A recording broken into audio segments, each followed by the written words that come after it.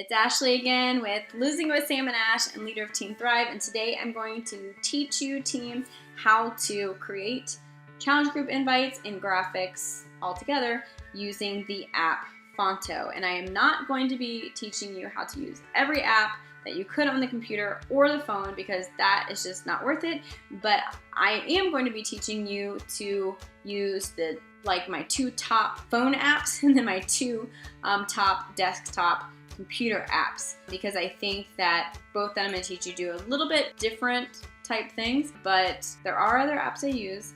These are just the ones that I think are overall the best. And the one that I use for all of my challenge group invites that I create on my phone is called Phonto, Phonto.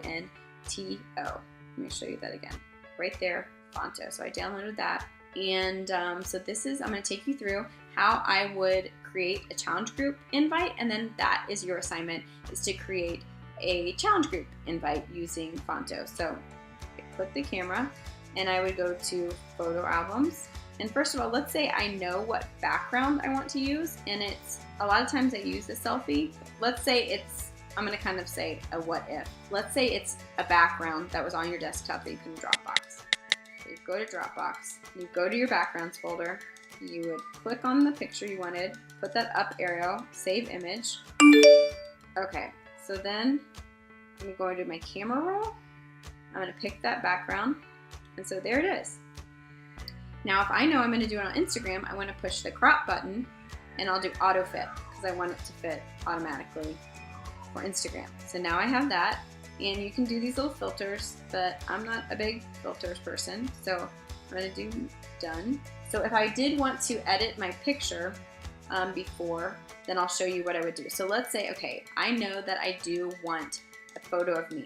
So I would edit that in Afterlight. I'm going to go back into Phonto, and I want a picture of myself. So I'm going to go to these three lines, and I'm going to do add image. So there's the image that I want to add.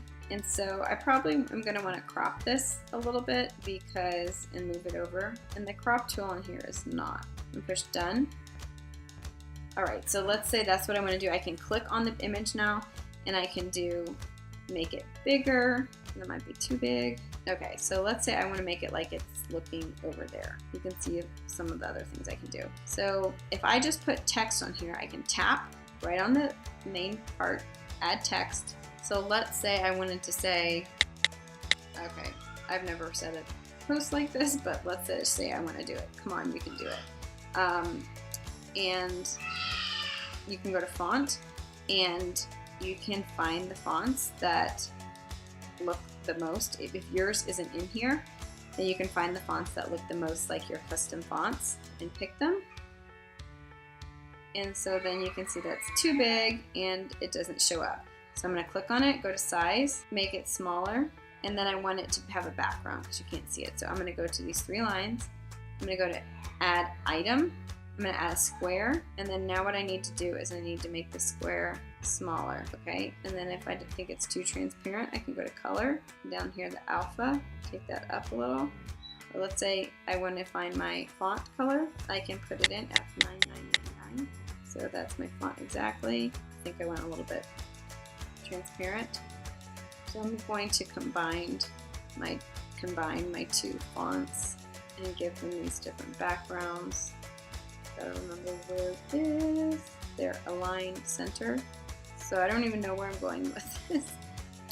Okay, so you can kind of see where I'm going with this, and then I just have to think what else would I want on it to say on an actual ad.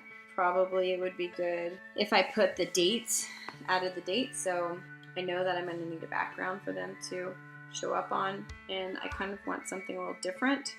So this is one of my secondary things. And so what I might do with this is tilt it just so it kind of mixes it up a little bit, and then add, and so I probably should say something like also, and this is my style, like you don't have to do all these different things, you know, edging out. This is totally just what my style is. So it's my go-to. So maybe I want to tell them, all right, so let's say this is my final invite. maybe a little crazy, but let's just say that's what it is. So then there I have it. And, it takes a while to play around with this, but I would go here and then I would just say save image. And so now you should have created 10 custom quotes in Canva, an invite to a challenge group, free group, or coaching opportunity in PicMonkey, and now another invite, public invite in Phonto. So that's awesome because now you have 2 invites, and literally you could put those out every month, those same ones, if they're working for you. So you want to make sure to save them, which is something we are going to talk about, is a little bit more organization in a couple more lessons. So go ahead, and if you haven't been creating as you watch this video, go ahead and use Phonto, P-H-O-N-T-O, to create a custom challenge group invite, or it could be coach opportunity or to a free group. All right, I can't wait to see your work.